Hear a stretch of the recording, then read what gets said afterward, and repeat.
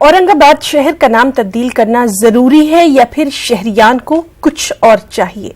News 18 Urdu की team ने औरंगाबाद के गैर मुस्लिम बिरादरान से जब ये सवाल किया तो ज्यादातर अफराद ने तब्दीली नाम की मुखालिफत की।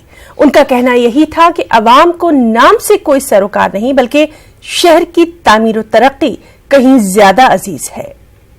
का नाम काफी सालों से है, इतिहास उससे कुछ इतिहास है औरंगाबाद के नाम से भी, बट नाम से ज्यादा लोगों का विकास, शहर का विकास होना चाहिए कि ये शहर का विकास होना चाहिए।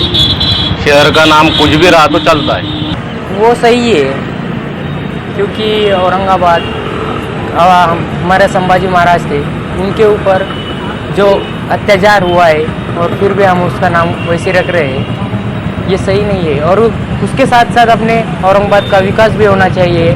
जो नाम है वही रहना चाहिए क्योंकि नाम बदलने में कोई फायदा नहीं है। जो फायदा होना चाहिए, जो शहर के लिए जो विकास होना चाहिए, पहले वो कीजिए सर। क्या नाम बदलने से अब आज तक विकास नहीं होया, तो नाम बदलने के बाद में क्या विकास होगा घर के?